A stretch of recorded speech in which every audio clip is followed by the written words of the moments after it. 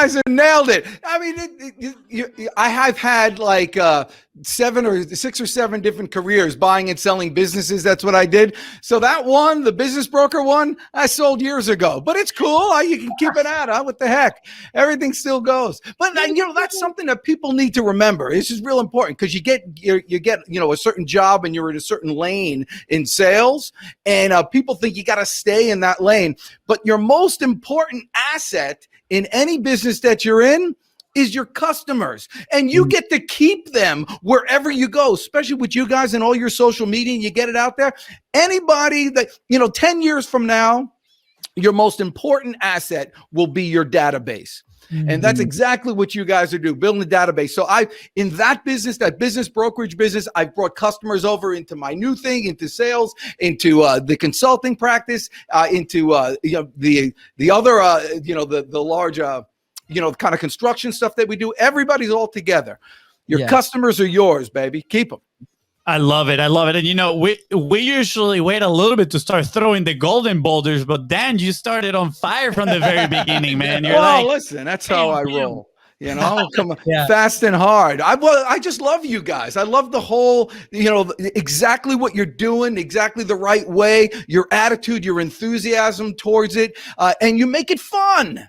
And that's the whole thing. People think things need to be so bloody serious all the time. I mean, playing around like my office looks all, like it's all serious here. The whole thing's fake. Look at this. I mean, it's a fake wall. Nobody knows anything.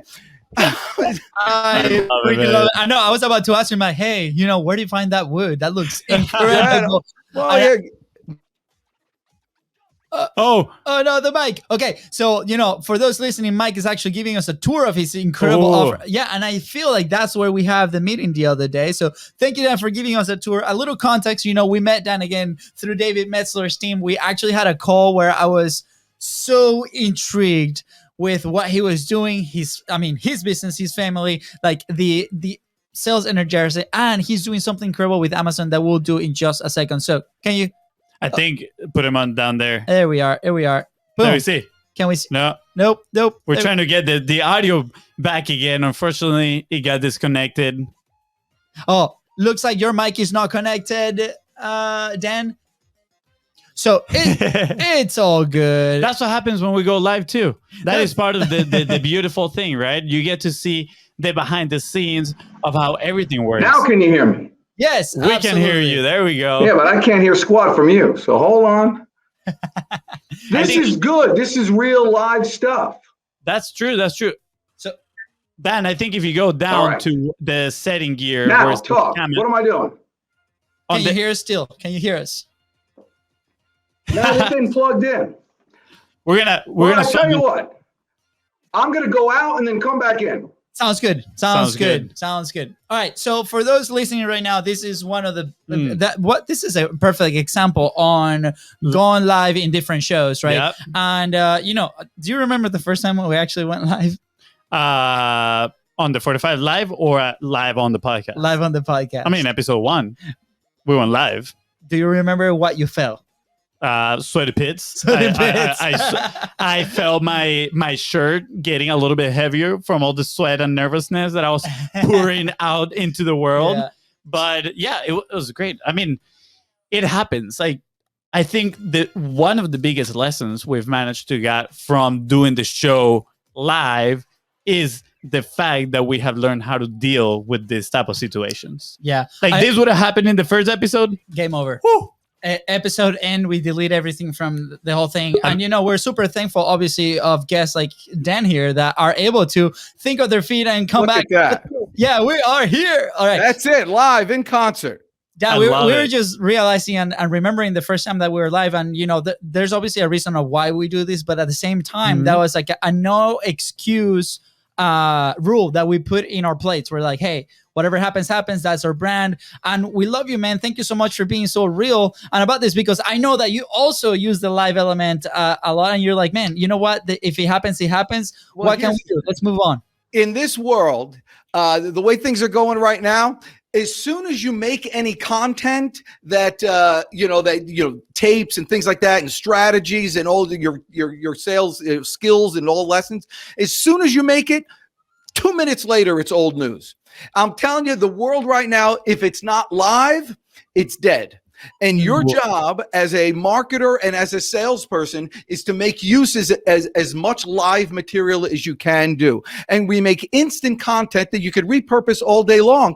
But I mean, I got business this week from someone that saw a video from 2 years ago.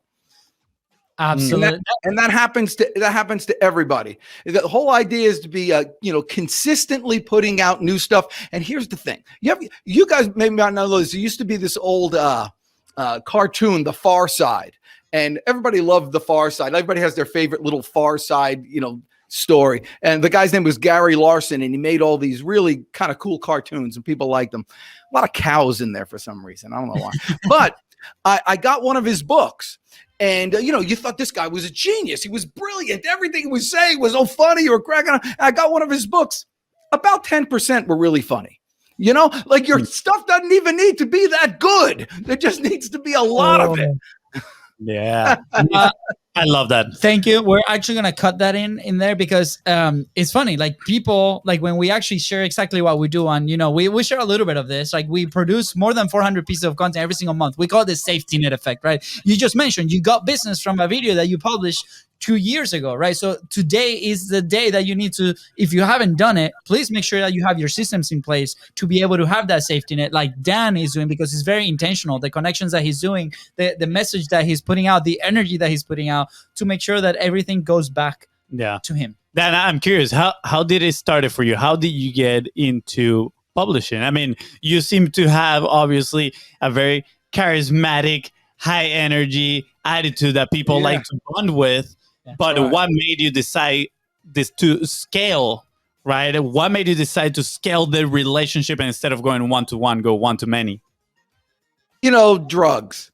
No, I'm just kidding. No, what it is I'm a big fan of the sales industry. I mean, even as a kid, I mean, it seemed like magic to me. My dad was an immigrant from France, a European guy, and when we're Jewish, and so like we lived in a neighborhood. I mean, everybody had their own business. Everyone had their own small business. And, there was no middle management. Like, ain't no Jew at that time, ain't no Jew going to get into middle management. You either own the place or, you're just going around. There was no upward mobility in that thing. So people own their own business. And so when I graduated school, high school, my dad says to me, and he didn't have much education. He lived in kind of war-torn area. He lost his dad, when he was like in a concentration camp, like that type of thing. And he was running around, but, so he didn't go to school much and he didn't give me much advice, but the stuff he gave me was just so good. You'll never forget. I actually wrote a book, Papa-isms, because it was just so good. And, he told me this, he says, so whenever he gives me advice, it starts like this. It starts that, Danny, in this country. And then he would get, so when he started in this country, I knew, and it wasn't this country, it was this country. So he said, Danny, he goes, what are you going to do when you graduate? I said, I'm going to get a job. I don't know. I gave him my plans.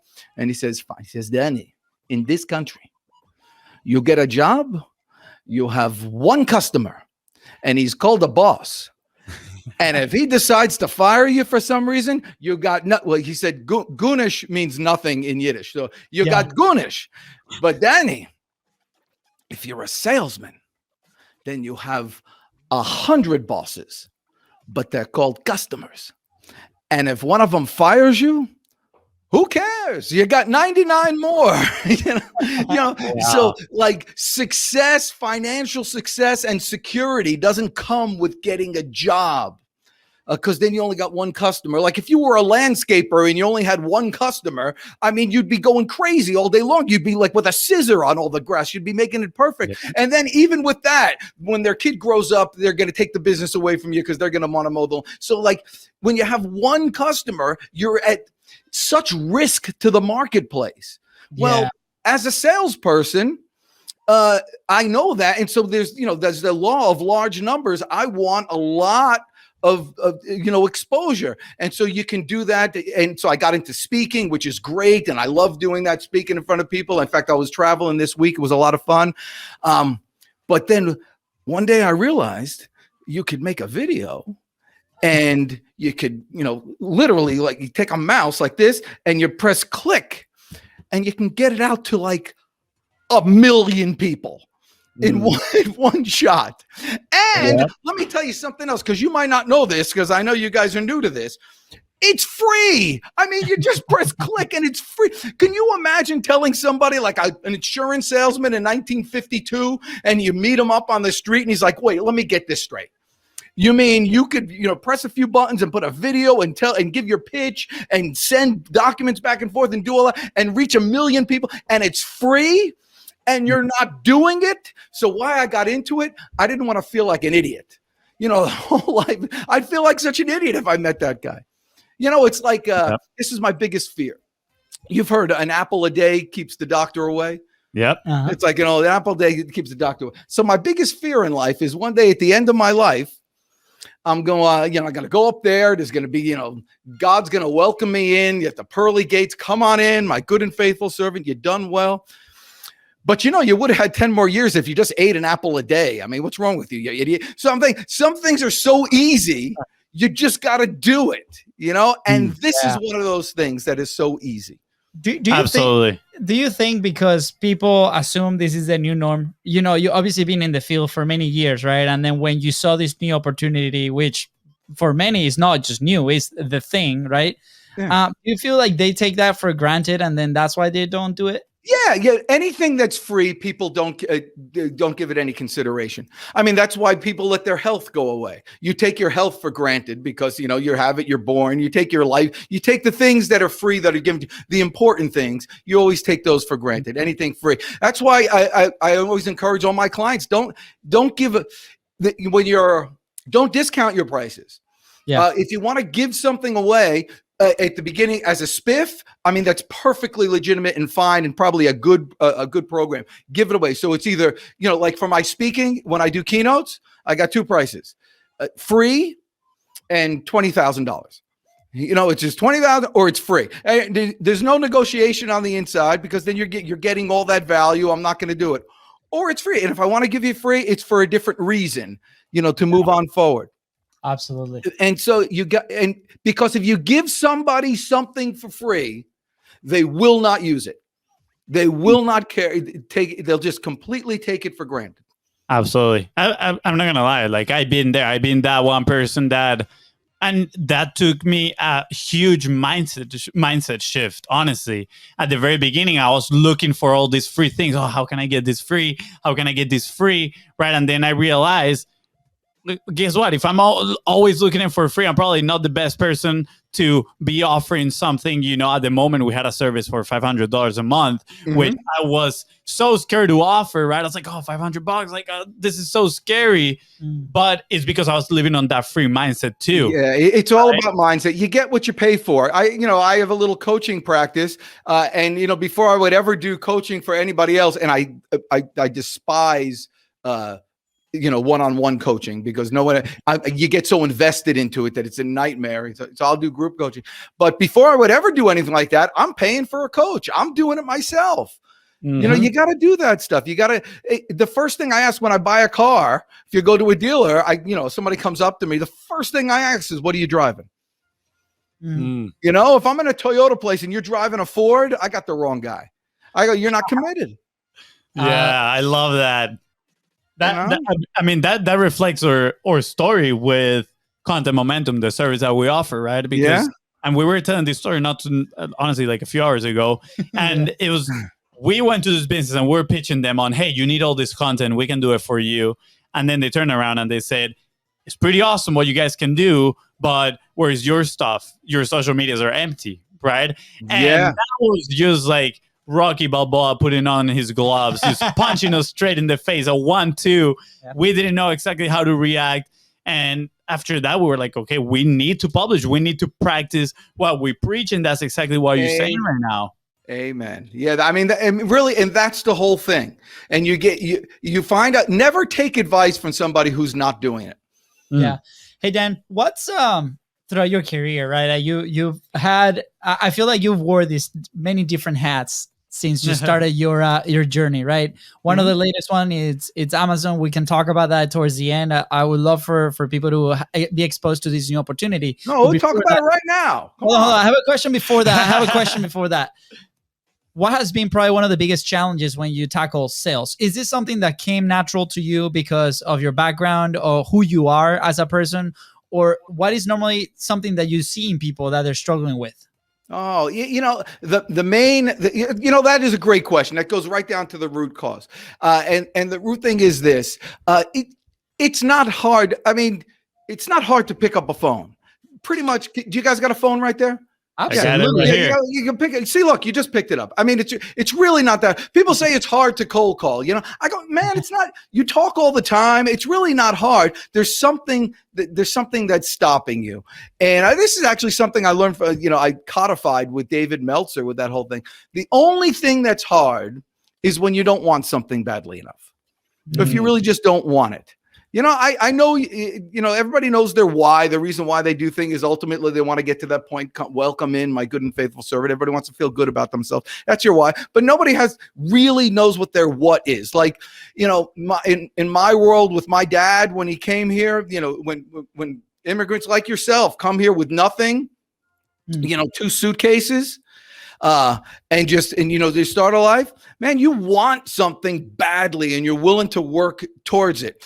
You realize later that work towards it is really the joy. I mean, it's just so much fun. Yeah. And so the biggest thing with sales and getting started is, man, you just got to want to win more than you want to breathe. You want to want to succeed more than you want. And for your own reasons, I don't care why. Give yourself a goal, whatever it is, and really think about it and focus on it every day. We don't allow the word can't in my house. We just never have. It's just not there. What we hear most often in my house is, after, people vent and do that. Okay, great. What are you going to do about it? Yeah. I mean, that's just the mentality. So I came down here to Atlanta. I'm from New Jersey, and I came down here to visit a friend, and he took me to a party. And there's a reason for this story. I meet some girl at this party, blonde hair, Southern accent, bakes pies. I'm like, this place is great. So I went home and I moved back here and asked the girl to go out with me. And she says, no, I have a boyfriend. What are you doing? You were just visiting. And I said, but I moved here, and she says no. And so I said, all right, no problem, whatever. And so I said, I might as well get a job. And so whatever. And next week I ask her out again. She goes, what's wrong with you? I already said no. And then I said, I know, but I moved here and now I'm getting a job and all that stuff. And she says, no, I have a boyfriend. Next week I asked her out again. I kept upping it. All right. And I finally 26 times, the 27th week, 6 months, she finally agrees to go to a Met game with me, or a Brave game, a baseball game. Yeah. And and then since then we had a great time and all that stuff. And, we were married 25 years, got 2 kids. But by the way, she hasn't baked a pie since. I mean, so just keep that in mind.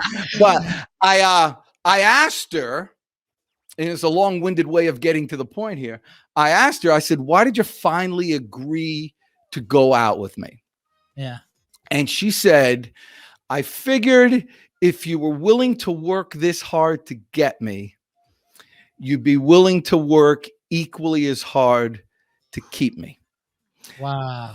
It was the consistency of constantly failing, the consistency that led her to believe that I was committed.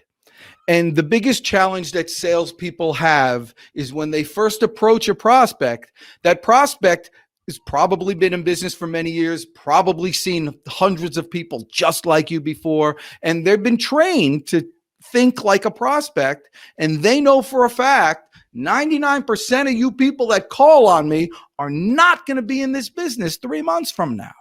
Yeah. You're not committed. So before a salesperson can really tell them why somebody should do business with them, They need to have credibility behind them. And the beauty of what you guys do is within a month, you can build credibility to a point that whatever person they're dealing with, they're 99% more credible than everybody else in the marketplace, because most people won't do the hard work it takes to make selling easy. Yeah. Dang, that's another good one. Write that one down. That's good stuff.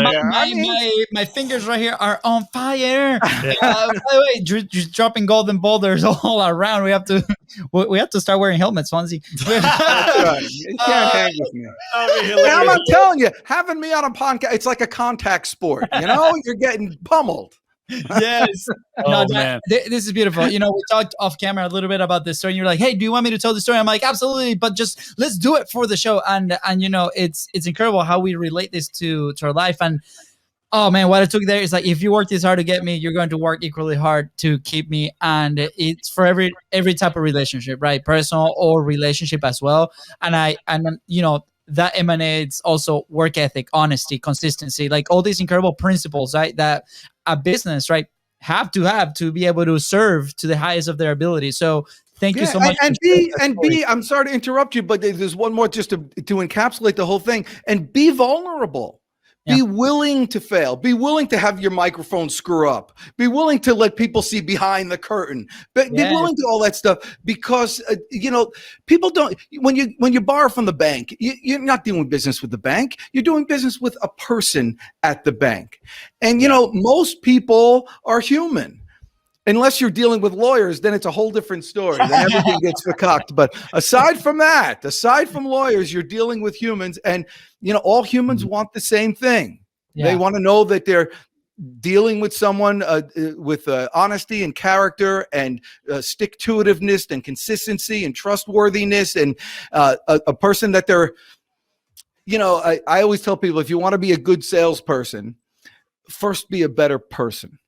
And so you get to decide what a good person is. But if you start acting like that person you'd like to become, in like 35 minutes, you'll see that person in the mirror. It's that quick. You don't have to wait, for the whole world to spin for you to change. While the way people view you might take a little time, but for you to get to that point, like to change direction, only takes a second. Absolutely. It's just that decision. That's where I want to go. Wow, that's amazing. I think people don't take the time to think on that, so then the switch is immediate. I think people are like, oh, I wish, right? And they just go drag in the moment to take that decision. Yeah. But I relate. I think the moment you take that decision, right, that it clicks on your head, that's it. And then it becomes a matter of taking action that aligns with that you are, saying that you're going to be. So for people out there, for you listening right now, have you taken your time to think on that? Who do you want to be, right? We always share that your business grows to the extent that you do, right? And it's just, it goes hand in hand with what you're saying about sales, the type of person that you become. So take the time to think, who do I want to be? Who am I? Honestly, right? Who am I? Am I happy with how I'm doing things right now? I'm going to be the first person to raise my hand, right? Like, yes, I'm happy with a lot of the things that I'm doing, but one of my biggest weaknesses is actually grabbing the phone and making those calls, right? I don't know if it's some sort of fear or whatnot. So this episode is perfect for me. Yeah. And I'm going to ask a little bit of a selfish question right now, but I think it's going to help that person that is listening as well. What would be, let's say, hypothetical scenario, you don't know us, Dan, and you want to give me a call, a first call to connect with me. Let's say you have your phone in hand. What would you tell me to connect with me? What would what would be the first thing when I say, yes, hello, who is this? What would you tell me? Yeah, well, first of all, you don't normally answer the phone that way, do you? Do you answer the phone that way? Hello, who is it? No, you probably. But I'll get into that. One of those things, this is going to feed into it, and I'll give you a cold call because I am the cold call guy. In fact, exactly. I'm like Mr. Cold Call. I love it. I love everything cold. I love cold pizza. I love cold toilet seats. I love cold call. I love the whole thing. But my dad, one of those advices that he said when I was a little kid, he said, Danny, in this country, it's not what you know, it's who you know. You know, you've heard that. And so then a couple years later, he came to me. He said, Danny, remember I said that? He said, forget about that. He says, Danny, in this country, you become the person that other people want to know. Then you don't have to worry about selling because they're too busy buying. So that goes along that same line. So when you're calling somebody for the first time, I'll just give you a little tip on the first thing to do, because there's a lot more with nuance and everything, but this thing will get you 85% there. Never, and I mean never, and when I say never, I mean it goes away, are you to ever say, hi, how are you doing today? Because as soon as you say, how you doing today, what you think you're saying, how are you doing today? But what they're hearing is cold call, put up your defenses, hold on. You're literally building up a brick wall before you even get started. No, take that out of your vernacular. It's gone, history, and replace it with the 7 magic words. Are you ready for the 7 magic words? Let's do it. You kept me hanging. I was like, 7 magic words. What are they? Okay. It's actually hey, I added, but you don't have to say hey, but it's hey. I wonder if you could help me. I'm telling you right now, if you go to Home Depot, into the store, and ask for the wrenches, someone will point to aisle 7.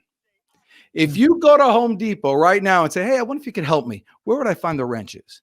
They will grab you by the wrist and drag you over to the wrenches and stand there with you until you pick the perfect one with the orange handle. People have a need to help. It's one of those things that you can ask for that you will always get a response for. It's their job. You call a receptionist, someone who answers the phone, says, what do they, you walk into a store, any store, a salesperson comes up to you. What do they say to you? Hi, can I? Yeah, can I help you? That's their job. That's their job to help you. So if you say, you just repeat right to them, hey, can I help you? Yeah, I wonder if you could help me. And now they lean in. You say, hi, how you doing? They back off and put up their mouth and you're like this. If you say, hey, I wonder if you can help, they lean in. Sure, how can I help you? And you're in the game. So if I'm calling and you answer, ring, ring, ring, answer the phone, say hello. Hello. Hello. Hey, I wonder if you could help me. Kind of an odd call, but my name's Dan, and I work with a company that helps companies just like yours get more customers. Who would be the person I need to speak with in regards to that? You're talking to the boss right now. Boom, and now I got you. Well, great. Listen, I totally appreciate it. I got you. I know I'm catching you off guard. Basically, we work with companies that if you have any frustration getting new business sales, is that you, or should I hang up? No, absolutely. Tell me more. Okay, good. And so, probably what we need to do is set up a time to get together, and we go in the house. But the whole thing started because I said, I wonder if you could help me. And then you responded. You said, sure, what? And, when I say something, and, a lot of times people will say their name. So answer the phone and say, hello, this is. Go ahead. Hello, this is Fonzie. Oh, hey, Fonzie? Yeah. Yeah, see, I just forced you to say yes because I asked that little question. You said, "This is fine." I said, "Fine." You said yes. So what it is, when I ask you a question and you answer, you know what that's called? A conversation. Yeah. That's a conversation. That's not me just vomiting all my information on you. It's you being interested. In your head, you're thinking, yeah, this is Fonzie. What do you want? And now I'm going to tell you. It's like a Vulcan mind meld. I mean, if you start saying things exactly how they're thinking it, it's you're comfortable with each other. And that's how it gets started. Wow. This is amazing. Good stuff, huh? Yeah, this is good stuff. Dan, just so you know, I'm going to cut this segment right here and I'm going to put it in my sleep, on repeat while I sleep. The other thing that I took out from this is that Joey from Friends, he did it wrong all along because he was, Like, how you doing? Yeah, that's right. Like, how can I help you? Right? That's right. How you doing?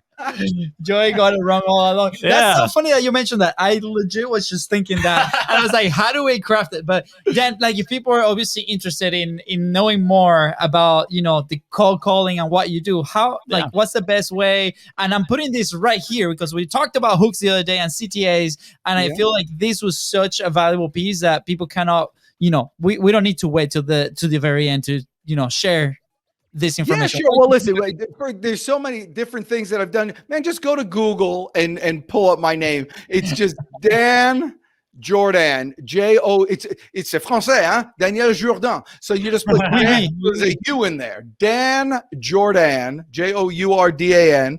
And I'm very, very accessible. I was doing a show, on Amazon Live. Let's get to Amazon. So Amazon allows, like, even like on StreamYard like this, you could be streaming to Amazon right now. And what's cool about it's for people, this is a great thing for people if you want to start your brand. It's a way to actually get paid to start your own brand. So people start knowing me. I'm the Deej, the sales energizer. That's the company sales arbiter and all that stuff. And that's on the screen. But whatever I'm talking about, if I'm talking about, if I'm using this headset or whatever. So underneath me, scrolling on Amazon Live is the headset. And if I'm talking about it right now and somebody's looking for a headset, my video will come up next to this item. And then if people buy it, we get a little commission. Now, it's not a lot, but in the past month or so, we sold $125,000 worth of stuff. Just getting started with this, get paid a few $1,000s in commission, but I'm building a brand. I mean, in every episode, a couple thousand, 3,000, 5,000 people are watching. It's insanity, and it's just at the beginning. So, like, how it used to be if you could just get on YouTube. At the beginning, people were making gazillions of dollars on YouTube, and they were financing the whole thing. Now, man, you can't get anybody. You could earn more money in a month on Amazon Live than you can in 10 years building your brand on YouTube. Wow. It's a real thing, and it's really only gonna get bigger. Yeah. How did you come across that opportunity? The Amazon Live, I fell into it. You have to be a little, an influencer or whatever they call it. But as soon as you know what it is, you decide and you grab your balls and you go do it. Yes. And so if you go to I have a website for the Amazon Live show. It's called The Pitchman, thepitchman.live. I had like these visions of being like an infomercial guy. Always wanted to be an infomercial guy. Yes, very actually, so you're talking. So I wanted to speak in public. I wanted to learn how to sell from the stage. I wanted that whole thing. So, one of the things in my dad used to tell me, again, we're Jewish, so I'm going to fill it into the stereotype. He says, Danny, in this country, he goes, there's an 11th commandment. I said, what's the 11th commandment? He says, never pay retail. And so if you want to look, so what he was trying to say is, listen, you want to learn how to be a computer operator? He goes, don't go to school. Get a job. Let them pay you and teach you how to do it. You want to learn how to run heavy machinery? Don't go to school. Get a job. Let them pay you to teach you how to do this thing. So I wanted to learn how to speak in public. So you got Costco's where you are? Yeah. So there's Costco's, and every once in a while, like the Vitamix guy comes there and does a little demonstration. Yeah. Those big $500 blenders. I got one right over here. So I said, let me learn how to sell from the stage. And so I got a job over there, and I was selling over Christmas. I sold 140 $500 blenders. And I'm putting on a show every day, and I'm having a field day, and then I'm recording it, and I'm getting it out on YouTube, and all this. I had people come. They were coming to my events, like, hey, is the Deej going to be? Yeah, the Deej, come on down, have a smoothie. I mean, it was just like crazy how much fun you could do with that stuff. Okay. Wow. Dan, you just gave us an idea of talking so much lately on the YouTube side of things. We want to do something entertaining, right? Not that the show is not entertaining with you. Like we need like a regular the Deej section here. Yeah, let's do it. I'm with you. Listen, you guys are going to be the biggest thing, on national radio. You're going to be on TV. No one's bigger than you guys. I just want to grab onto your coattails. I'm telling you. Thank you. That means a lot. I appreciate it. But that might be like one of those series where we actually go get jobs and just speak on stage and sell and document the whole thing. I think that would be like incredible concept. Oh, let's do it together. Ready freaking taco. Let's do it together.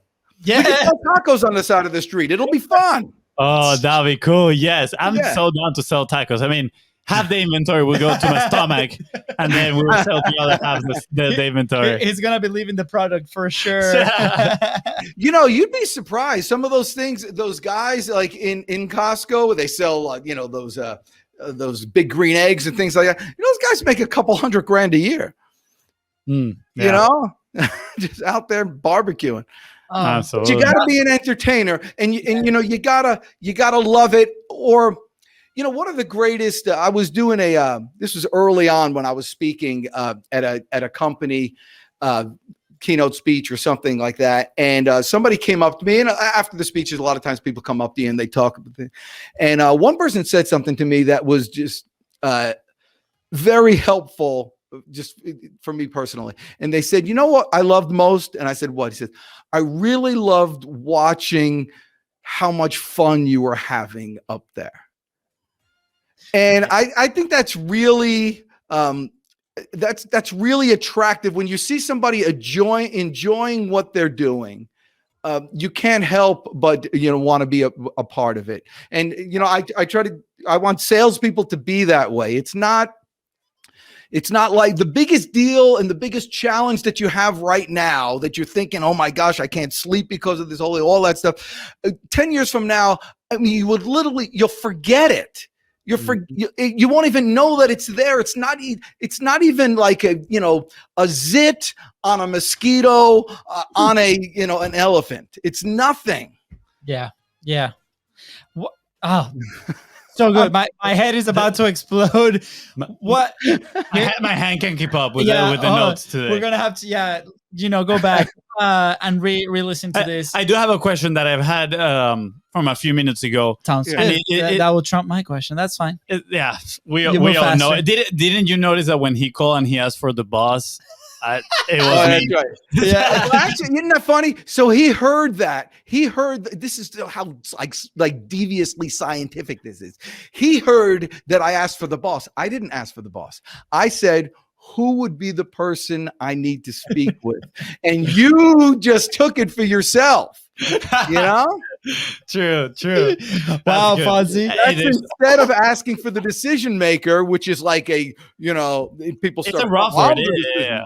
So you do. Absolutely. I like it. There's so much psychology involved into sales, right? Yeah. And this ties up with the question that I was having, because a lot of people, right? And this was me a few years back, not right now.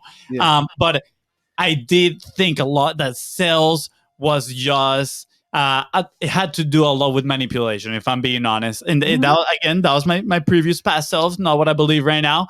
But I know a lot of people are stuck in there. It's like, oh, they're trying to sell me. They're trying to manipulate me, right? They're trying to take advantage from me. There's a very negative connotation around sales in general, right? Why do you think that is? And how can we move people from, hey, if you truly believe in what you're offering, right? Like, you need to put yourself out there and you need to have these sales conversations, because there's also a trend going on that is selling without the selling. Right? It is, let me just put all my message out there. Yes, you got to put your message out there, but then no, don't make any offers. Your customers are just going to fall in love with you and they're going to start buying from you. Yeah. Right? Like, I can see it. There's an actual active kind of like movement of people trying to avoid sales. And right. I believe is because of the context around it, the image around sales that is a bit negative, so people don't want to be, tied too much to that. Why is that? Well, I feel like we're close. We're like brothers. I'm like your third brother. Of course. Yeah. I mean, I thought you were right from so Minnesota, too. I'll answer your question completely honestly. Yeah. Yes, sales has a bad connotation. It does for a lot of people. And you ask why, and my answer is I don't freaking care why. It just is. I mean, I'm not going to change. It's been like that for a millennial. I couldn't care less why. I just know it is. And I have no control over that, but I do have control over number one. You know, this is me. And so the main thing when you go into sales and you're being taught with that manipulation, and everything's manipulation. I mean, you think asking my wife out 26 times or 20, it wasn't manipulative? Of course anybody who's married is a salesman, and they've been manipulating all day long. And if they've remained married, even more so. And so it's a constant thing. You're going to do that. But here's something that really flipped my world around. And that is, I realize that those who serve more earn more. And your job is to really give and to really serve and to give quantitative value. So listen, if I had the cure for cancer, you know, I have the cure for cancer. It's right here. You know, I have a bowl of cure of cancer. And I call somebody on the phone and I say, hey, I got the cure for cancer. And they say, no, I'm not interested. I could save your life. If I really believed that my product was that good, I got the cure for cancer, man, your no means literally nothing to me. I mean, it means nothing because it's that much value for whatever the price is, you know. So like David Meltzer says, if I'm selling $100 bills for $20, I'm pretty confident that I'm going to have some, you know, some takers, you know. It's that kind of quantitative value. So you always have to have the mindset that you're giving rather than trying to get. Now we are human beings. And so we're always trying to get, that's a thing. And so you have to reframe your mind whenever you fall into that, and you know that feeling in your belly, oh, this call's got to go well. Okay, this is how we're going to plan it, and we're going to do this. I mean, you know that feeling. Yeah. Once you get that, you just got to wash it away.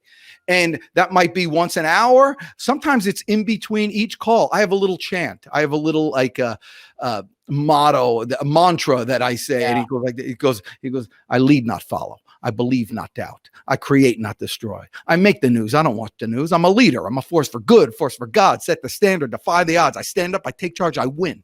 And then I walk in. I'm like a flipping animal. I mean, I completely change my mindset. And so when I'm making calls and I feel myself doing that, I stop for a second. I said, man, I've got $100 here that I'm selling for $20. How can I figure out a way to get them interested in this $100 that's going to cost $20? You know, I got something that's going to give, over the course of the year, you will get 30 or 40 new top rated clients. Are you open to that? You know, and if you ask me, well, how do you do that, or how much? You know, now I'm on a sales call, but it starts with giving, and it starts with giving and sincere giving. Yes. Yeah. Dan, today. Again, yeah, I know. You're out of breath, huh? I know. That's how it is. Dan Jordan being married to me. I don't know how she stayed this long. I know. I'm gonna point this out, right? We in the form that we send our amazing guests, right? We always ask, what are 3 achievements? And I love yours, man, because these are the 3 achievements that you put in there. Convincing my wife to marry me, having 2 children that still like me, and the third one, getting on this show. Yeah, that's right. I love it, man. Dan, what will be your number one, as we wrap up the show, what will be your number one action point for somebody, that entrepreneur that is starting to publish, that is selling something and is discovering, you know, that journey of their voice and becoming comfortable with actually selling something? What will be the number one step that they need to take? Well, number one step personally, for you personally, is to have a morning routine. You don't wake up when you wake up. You wake up at a certain time, you go to bed at a certain, that's how you start your day. You figure out what time you're going to wake up, what time you're going to go to bed, and then fill in the middle. So, but have a morning routine, and that morning routine needs to get your mindset right. So that's the personal thing. But for business, in sales, you need to remember this, and remember this always. There's 3 words that literally repel your customers. I mean, that pushes them away. And those 3 words are I, we, and us. Conversely, there's 3 words that attract people to you. And those 3 words are you, yours, and I'm in the South here, so y'all. And so whenever you're thinking about putting together a script, or you want to speak with somebody in terms of business, you want to always remember, use the words I, we, and us as little as possible, and you, yours, and y'all as much as possible. So if you're like most of the clients that I work with, you want to get more customers at a cheaper price and ones that are going to pay top dollar and stay forever. Am I pretty close to the truth? So I got you nodding your head 4 times. And if you were to ask me what I did, I just told you what I did without saying the word I, we, and us. And so number 1 personally is have a morning routine to get your mindset. And business wise, always remember, nobody cares about you. They just care about the outcomes that they will receive. Absolutely. Wow. We have a lot of work to do with this episode, Dan. Let me tell you, so many golden boulders.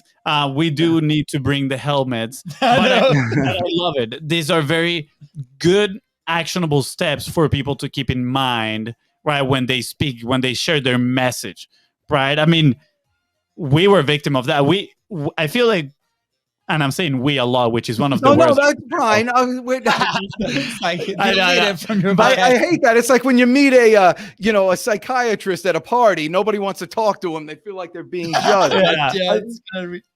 But what I'm saying is that we've been more conscious of changing that and including the use in the message, because you really get to notice that different, right? How receptive the person on the other side becomes to your message and to your help, right? What we always said, the acronym WIFT, right? What's in it for them, right? Mm-hmm. What is your message in the context of them? So then you can go ahead and help them out. And you just summarize this perfectly. Yeah, and sometimes people are not interested at that time. Just remember, when you're reaching out to somebody cold, even on the phone, when you're talking to them or anything, they're not like hating you or bothered by you. Sometimes you're driving down the highway and you'll see a billboard like of a big Subway sandwich, a tuna fish sandwich. But it's 8:30 in the morning, and I don't want a Subway sandwich at 8:30 in the morning of a tuna fish. And so I drive by. You think the people in Subway are like, oh, we just lost another one. Why do they hate me so much? They don't care. What they care about is the people that come in, so a cold call when you're first outreaching or you're advertising, man, it's just a billboard. And some people are into it and some people aren't. But marketing gets people into your store. Sales shuts the door behind them so they can't get out. So it's 2 different worlds. I love it. Dan, we need to hang out. We need to go to Atlanta and hang out in person. Well, now, where are you guys? We're in Jacksonville, Florida. Yeah, we're not that far, actually. You're in Jacksonville? My daughter's actually in St. Augustine right now. She's hanging out. We're around the corner. We got to come down. We got to do a live event. Yes, absolutely. Oh my gosh, that'll be great. Yeah, that's going on the board. Absolutely. Yeah, DJ and the Venezuelans. Oh yeah, it's like a big. It's a big event. The DJ and the Bros. The DJ and the Bros. Yeah, that's good. Yeah, DJ and the Bros. I love it. We'll do it at Costco. This episode is not sponsored by Costco in any means. Dan, last question: where will you be if you did not publish? Where would I be? You mean as far as business wise? It could be business, could be personally. I actually. My biggest fear, is up and is to be a little vulnerable here, to be as up and outgoing as I am, baby, that's as low as I can get to.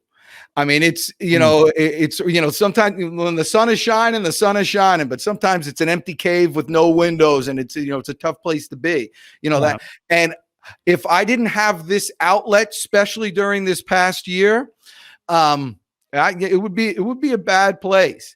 Yeah, what this live world is, and this content creating world is now, is hope. And like my dad used to say, Danny, in this country, you have your health, you have hope. And if you have hope, you have everything. Mm-hmm. Wow. What a way to end it. I love it. By the way, how can people connect with you, and how can people get the book with Papaisms? Was it? Oh yeah, Papaisms. Yeah, I can't believe I don't have any here to show you. I got some in the other room, but it's true. I'm not going to run and get it. But yeah, Sales Proverbs, Wisdom of the Ages. It's on Amazon. It's a great book. But I tell you what, if you guys send me an email to dan@danjordan.com, I'll send you one. I'll even pay shipping. dan@danjordan.com. Thank you. Yeah. Take the opportunity, guys. Take the opportunity. We're going to leave all the links right below in the description. All you got to do is scroll down with your thumb. Do not grab your thumb like Fonzie said last time. Just scroll down and click on the link. And send that email. It's I promise you, it's going to be an incredible experience. Dan, just expect an email from us too. So I'm just going to put it out there. Any last I'll bring yours in person. I'll drive down and bring yours to you. Yes. Let's do it. We could potentially... We have a potential meetup brewing in Jacksonville, Florida, and I think it will be incredible with the people that we have that have been on the show that are incredible entrepreneurs. We could potentially do something together. Ooh. Let's do it. That'll be fun. Dan, any last words before we head out? Oh well, there's times that there is an opportunity to do things, and there are times that if you don't do it, it's just plain lazy. And today's the time that it's just plain lazy if you don't do it. It's this easy. It takes a microphone and a camera and two strong bros like these guys to put it all together, and your business will outshine. You'll dominate your marketplace with content.